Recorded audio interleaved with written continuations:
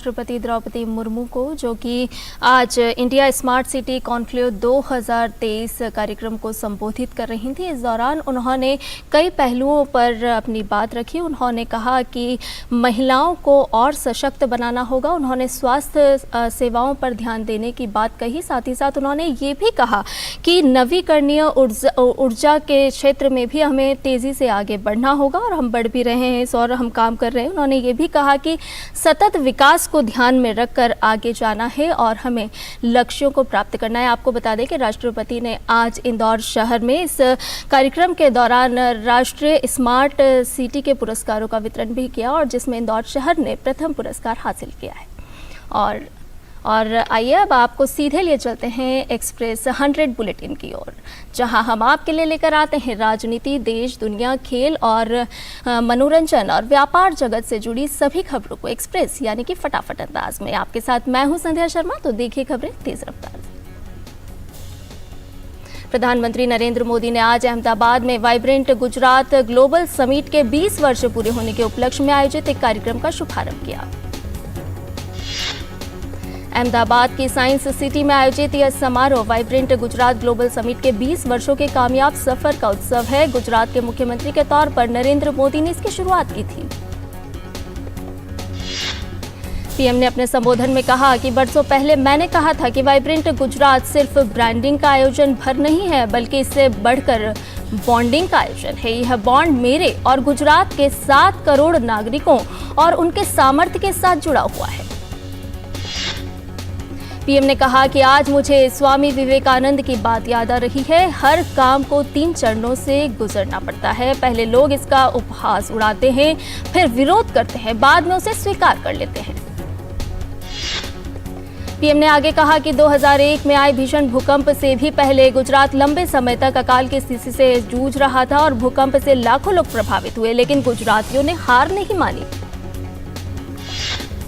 PM ने कहा कि जो लोग एजेंडा लेकर चलते थे वे उस समय भी घटनाओं का अपने तरीके से आकलन करने में जुटे हुए थे। कहा गया कि गुजरात से युवा, व्यापारी, उद्योग सब पलायन कर जाएंगे। दुनिया में गुजरात को बदनाम करने की साजिश रची गई। पीएम ने कहा कि लोग कहते थे कि गुजरात कभी अपने पैरों पर खड़ा नहीं हो पाएगा। उस संकट में मैंने संकल्प लिया कि चाहे परिस्थितियां जैसी भी हों, गुजरात को इससे बाहर निकाल कर रहूंगा।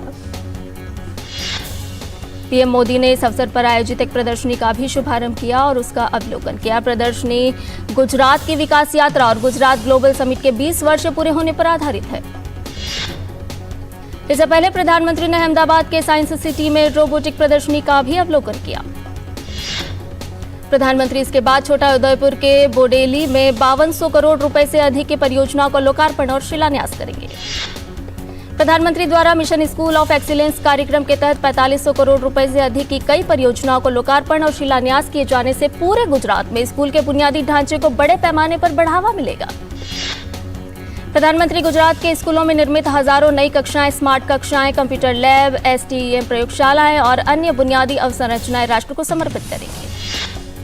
प्रधानमंत्री इस मिशन के तहत गुजरात के स्कूलों में हजारों कक्षाओं में सुधार और उन्नयन के लिए आधारशिला भी रखेंगे। प्रधानमंत्री विद्या समीक्षा केंद्र 2.0 परियोजना की आधारशिला भी रखेंगे। प्रधानमंत्री वडोदरा जिले के तालुका सिनोर में ओदरा दाभोई सिनोर मालसर आसा रोड पर नर्मदा नदी पर बने हुए पुल सहित कई विकास परियोजनाओं को भी राष्ट्र को समर्पित करेंगे। प्रधानमंत्री चाप तालाब पुनर्विकास परियोजना, दाहोद में जलापूर्ति परियोजना, वडोदरा में आर्थिक रूप से कमजोर वर्ग के लिए लगभग 400 नवनिर्मित आवास का भी लोकार्पण करेंगे। प्रधानमंत्री छोटा उदयपुर में जलापूर्ति परियोजना, गोधरा पंचमहल में एक फ्लाईओवर ब्रिज और दाहोद में केंद्र सरकार की broadcasting infrastructure and network development योजना के तहत बनाए जाने वाले FM रेडियो स्टूडियो का शिलान्यास करेंगे। राष्ट्रपति द्रौपदी मुर्मू आज मध्य प्रदेश के दौरे पर हैं। इस दौरान राष्ट्रपति ने इंदौर में इंडिया स्मार्ट सिटी कॉन्क्लेव 2023 के 2 दिवसीय कार्यक्रम में हिस्सा लिया। राष्ट्रपति ने इंडिया स्मार्ट सिटीज पुरस्कार प्रतियोगिता ISAC 2022 के 66 विजेताओं को सम्मानित किया। इंडिया स्मार्ट सिटीज कॉन्क्लेव 2023 का आयोजन स्मार्ट सिटीज मिशन के तहत किया गया है। कार्यक्रम में शहरी नवाचार में अग्रणी सभी 100 स्मार्ट शहरों ने हिस्सा लिया। इस आयोजन से देश में शहरी परिवर्तन के भविष्य के लिए रोड मैप बनाने और अनुकरणीय कार्यों के प्रदर्शन और सराहना को भी एक मंच मिलेगा। उपराष्ट्रपति जगदीप धनखड़ आज राजस्थान के दौरे पर हैं। उपराष्ट्रपति ने बिट्स पिलानी संस्थान में शिक्षकों व विद्यार्थियों से संवाद किया। बिट्स पिलानी संस्थान में उपराष्ट्रपति ने भारतीय अर्थव्यवस्था की सराहना की। उन्होंने कहा कि देश आर्थिक तौर पर काफी मजबूत हुआ है। उपराष्ट्रपति बीकानेर में ICAR के मूंगफली अनुसंधान संस्थान का उद्घाटन करेंगे तथा कृषि वैज्ञानिकों से संवाद करेंगे। इसके बाद वे बाड़मेर के लिए रवाना होंगे, जहां वह श्री अन्न अनुसंधान संस्थान की आधारशिला रखेंगे। उपराष्ट्रपति का खेताराम जी की पोल स्थित ब्रह्मा जी के मंदिर में दर्शन एवं पूजा अर्चना का कार्यक्रम भी है। इसके साथ ही उपराष्ट्रपति जोधपुर में नेशनल लॉ यूनिवर्सिटी के शिक्षकों व विद्यार्थियों को संबोधित करेंगे। भारत ने कूटनीतिक गतिरोध के बीच कनाडा पर परोक्ष प्रहार करते हुए संयुक्त राष्ट्र के सदस्य देशों से आतंकवाद, चरमपंथ और हिंसा पर अपनी प्रतिक्रिया तय करने में राजनीतिक सहूलियत को आड़े नहीं आने देने का आह्वान किया। विदेश मंत्री एस जयशंकर ने संयुक्त राष्ट्र महासभा के 78वें सत्र को संबोधित करते हुए कहा कि क्षेत्रीय अखंडता के प्रति सम्मान तथा अंदरूनी मामलों में हस्तक्षेप की कवायद चुनिंदा तरीके से नहीं की जा सकती। विदेश मंत्री एस जयशंकर ने कहा कि पिछले कुछ वर्षों में कनाडा में बहुत सारे संगठित अपराध हुए हैं। कनाडा ने अभी तक अपने दावों का समर्थन करने के लिए कोई सार्वजनिक सबूत उपलब्ध नहीं कराया है। विदेश मंत्री एस जयशंकर ने संयुक्त राष्ट्र के शीर्ष नेतृत्व के साथ मुलाकात भी की और भारत की G20 अध्यक्षता, क्षेत्रीय मामलों एवं वैश्विक चुनौतियों, सतत विकास लक्ष्यों और सुरक्षा परिषद में सुधारों को लेकर चर्चा की। भारत चीन संबंधों पर विदेश मंत्री डॉक्टर एस जयशंकर ने कहा कि यह कभी भी आसान रिश्ता नहीं रहा, इसमें हमेशा समस्याएं रही हैं। उन्होंने कहा कि 1975 के बाद से सीमा पर कभी भी कोई घातक सैन्य और युद्ध की घटना नहीं हुई। चीन के साथ व्यवहार करने का एक आनंद यह है कि वो आपको कभी नहीं बताते कि वे ऐसा क्यों करते हैं। विदेश मंत्री एस जयशंकर ने भारतीय महासागर में धीरे धीरे चीनी नौसेना की बढ़ रही मौजूदगी को लेकर चिंता जताई है। उन्होंने कहा कि हम इस तरह की गतिविधियों पर नजर रखते हैं। मणिपुर में हो रही हिंसा के मसले पर विदेश मंत्री डॉक्टर एस जयशंकर ने कहा है कि सरकार हालात सामान्य करने की कोशिश में लगी हुई है। डॉक्टर एस जयशंकर ने कहा कि मणिपुर में समस्या का एक हिस्सा वहां आए प्रवासियों का स्थिर करने वाला प्रभाव है। इसके अलावा ऐसे तनाव भी हैं जिनका एक लंबा इतिहास है। मध्य प्रदेश विधानसभा चुनाव की तारीखों के ऐलान से पूर्व ही सत्ताधारी भारतीय जनता पार्टी ने अपने प्रत्याशियों की तीसरी लिस्ट जारी की है। भाजपा की तीसरी लिस्ट में केवल एक नाम शामिल है। यह नाम है मोनिका बट्टी का। मोनिका को अमरवाड़ा आरक्षित सीट से प्रत्याशी बनाया गया है। मोनिका ने कुछ ही दिन पहले भाजपा का दामन थामा था। उन्हें मुख्यमंत्री शिवराज सिंह चौहान ने पार्टी की सदस्यता दिलाई थी। कर्नाटक की सरकार इन दिनों कावेरी जल विवाद पर घिरी हुई है। कावेरी वाटर मैनेजमेंट अथॉरिटी ने कहा कि 28 सितंबर से 15 अक्टूबर तक तमिलनाडु को कावेरी नदी से 3000 क्यूसेक पानी दे। इस आदेश का कर्नाटक के किसान संगठन, कन्नड़ संस्थाएं और बीजेपी, जेडीएस समेत तमाम विपक्षी दल विरोध कर रहे हैं। विवाद इतना गहरा गया है कि कल बेंगलुरु शहर को बंद रखा गया।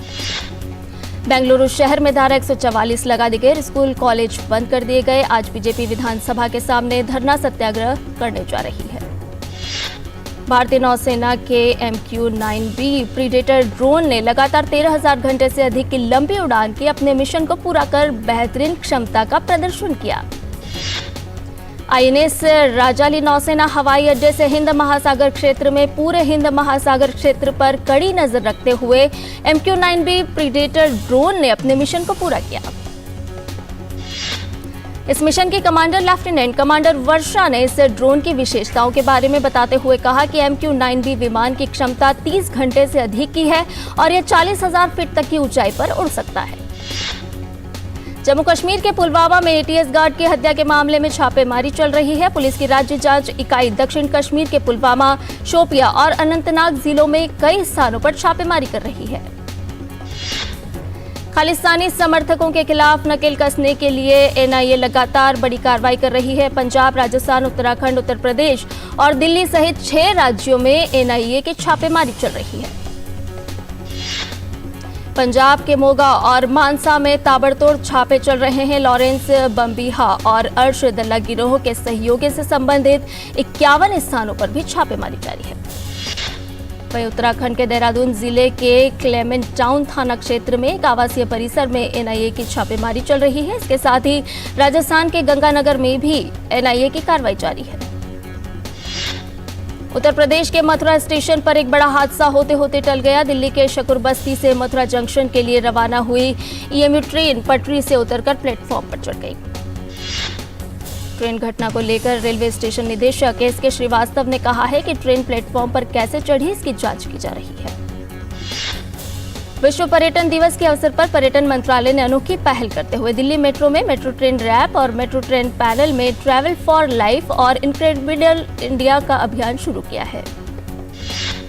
यह अभियान आज से 1 महीने के लिए दिल्ली मेट्रो की येलो और ब्लू लाइन पर एक ट्रेन में चलेगा। आज द्वारका सेक्टर 21 मेट्रो स्टेशन पर पर्यटन राज्य मंत्री अजय भट्ट ने हरी झंडी दिखाकर ट्रेन को रवाना किया। देश में जगह जगह पर विश्व पर्यटन दिवस 2023 के उपलक्ष्य में कार्यक्रमों का आयोजन किया जा रहा है। इस अवसर पर मुख्यमंत्री योगी आदित्यनाथ ने गोरखनाथ मंदिर में पर्यटक बसों को हरी झंडी दिखाई। और बुलेटिन में फिलहाल रुक रहे हैं एक छोटे से ब्रेक के लिए, जल्द हाजिर होंगे। चाची, कल्याण भव, सुखी भव और सबसे जरूरी आशीर्वाद आयुष्मान भव। वो तो मोदी सरकार सबको दे रही है। देश के धनी आदमी जिस प्रकार से आरोग्य की सेवा प्राप्त कर सकते हैं, अब मेरे देश के गरीब को भी वही सेवाएं उपलब्ध होनी चाहिए। शुरू हो रहा है आयुष्मान भव अभियान 17 सितंबर से। आयुष्मान आपके द्वार का तीसरा चरण। मोबाइल से ही बन जाएगा आयुष्मान कार्ड। आयुष्मान मेला आयोजन, जहां कई बीमारियों की होगी मुफ्त जांच और इलाज। अंगदान शपथ पंजीकरण, जिससे हमारे बाद भी किसी और को मिले जीवन। रक्तदान शिविर और आयुष्मान सभा का आयोजन। इन सुविधाओं का लाभ उठाने नजदीकी आयुष्मान हेल्थ और वेलनेस सेंटर पर जाएं। अब होगा जन जन आयुष्मान। बहुत हार्ड वर्क करते हो, मेरी तरह स्मार्ट वर्क करो। क्यों, लॉटरी लगी है? लॉटरी समझो, शेयर मार्केट की एक मस्त स्कीम में इन्वेस्ट कर रहा हूँ, गारंटीड हाई रिटर्न्स आएंगे। आपके गारंटीड हाई रिटर्न्स कोई करण अर्जुन नहीं है जो जरूर आएंगे। मतलब? बाबा, शेयर मार्केट में जोखिम होता है, कोई भी गारंटीड हाई रिटर्न्स का वादा नहीं कर सकता, ये गैर कानूनी है। अच्छा, हाँ। समझ कर इन्वेस्ट कर। और ब्रेक के बाद एक्सप्रेस 100 में आपका एक बार फिर से स्वागत है। सप्ताह के तीसरे कारोबारी दिन भारतीय शेयर बाजार गिरावट के साथ खुले। सेंसेक्स 157 अंक की गिरावट के साथ 65,788 के स्तर पर खुला। वहीं निफ्टी 44 अंक की गिरावट के साथ 19,620 के स्तर पर खुला। आज के टॉप गेनर्स में कोल इंडिया लिमिटेड, अडानी पोर्ट्स से सिप्ला और अपोलो हॉस्पिटल शामिल है। शुरुआती कारोबार में रुपया बुधवार को अमेरिकी डॉलर के मुकाबले 2 पैसे की गिरावट के साथ 83.22 रुपए पर कारोबार कर रहा है। प्याज उत्पादक किसानों को राहत देने के लिए नैफेड और एनसीसीएफ द्वारा किसानों से सीधा प्याज खरीदने की मांग पर केंद्रीय वाणिज्य मंत्री पीयूष गोयल ने बताया कि इस संबंध में निर्णय लेने के लिए 29 सितंबर को दिल्ली में बैठक होगी। वस्तु एवं सेवा कर यानी जीएसटी परिषद की अगली बैठक 7 अक्टूबर को होगी। इस बैठक में ऑनलाइन गेमिंग पर 28% जीएसटी लागू करने से जुड़े तौर तरीकों पर चर्चा करने समेत कई लंबित मुद्दों पर चर्चा होने के आसार हैं। केंद्रीय प्रत्यक्ष कर बोर्ड ने गैर सूचीबद्ध स्टार्टअप के लिए एंजल टैक्स के नियमों में और ढील दे दी है। बोर्ड ने परिवर्तनीय तरजीही शेयरों के लिए 10% सेफ हार्बर का विस्तार किया है, जो अभी तक केवल इक्विटी शेयरों के लिए प्रस्तावित था। Remission of duties and tax on export products यानी रोड टेप स्कीम अब 30 जून 2024 तक जारी रहेगी, जो इस साल 30 सितंबर को खत्म हो रही थी। यूपीआई लोगों के बीच डिजिटल पेमेंट का पसंदीदा माध्यम बनता जा रहा है। वर्ल्ड लाइन की एक रिपोर्ट के मुताबिक जनवरी 2018 में यूपीआई ट्रांजैक्शन की संख्या 151 मिलियन थी, जो जून 2023 में बढ़कर 9.3 बिलियन तक पहुंच गई थी। केंद्र सरकार ने आरबीआई के deputy governor M Rajeshwar Rao का कार्यकाल 1 साल के लिए बढ़ा दिया है। राव को 9 अक्टूबर 2023 से अगले आदेश तक आरबीआई के डिप्टी गवर्नर के रूप में फिर से नियुक्त किया गया है। सेबी ने डीमैट अकाउंट में नॉमिनी जोड़ने की आखिरी तारीख को 31 दिसंबर तक बढ़ा दिया है।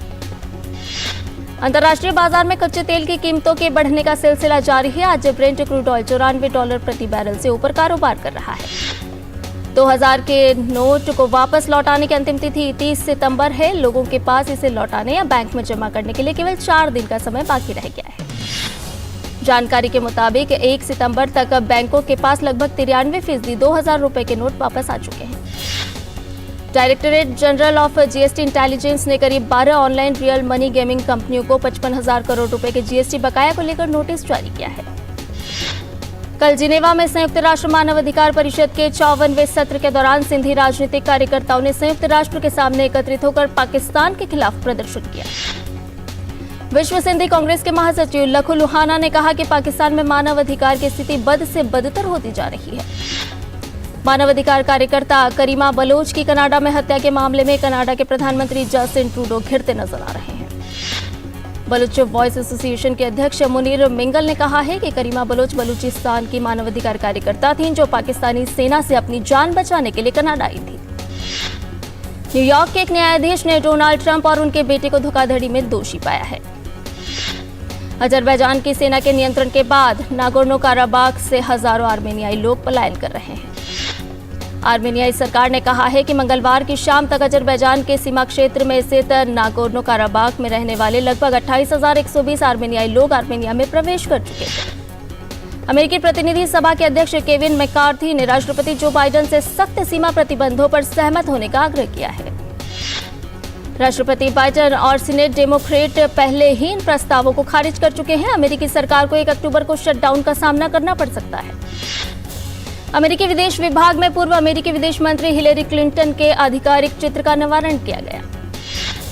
संयुक्त राष्ट्र महासभा को संबोधित करते हुए मोरक्को के राजदूत उमर हिलाले ने मोरक्को में आए विनाशकारी भूकंप के दौरान विश्व नेताओं के समर्थन के लिए उन्हें धन्यवाद दिया। उमर हिलाले ने कहा कि अल्जीरिया ने अपने अधिकार अवैध रूप से एक अलगाववादी सशस्त्र समूह को सौंप दिए हैं जिसके आपराधिक और आतंकवादी नेटवर्क से करीबी संबंध हैं। भारत और कनाडा के बीच चल रहे विवाद का जिक्र करते हुए श्रीलंका के विदेश मंत्री अली साबरी ने कहा कि कुछ आतंकवादियों को कनाडा में सुरक्षित ठिकाना मिल गया है।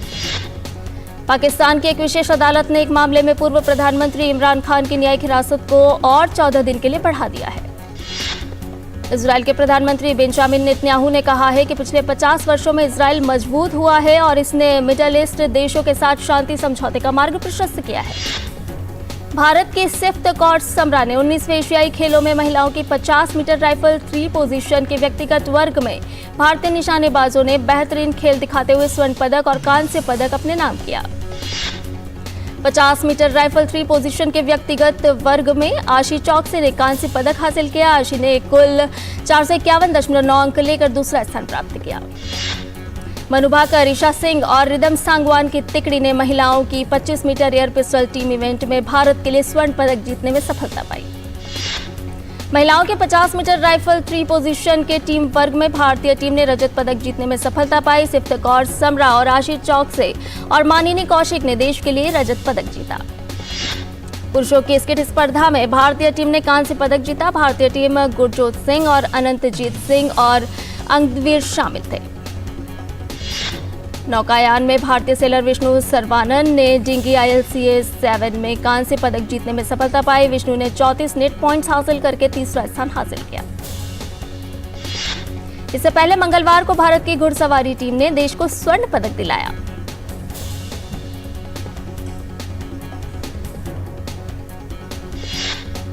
नौकायान में इबाद अली ने कांस्य पदक जीतने में सफलता पाई है।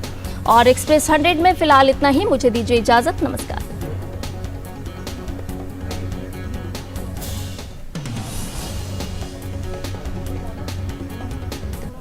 दिन भर की सुर्खियों से अलग खबरों की दुनिया और भी है।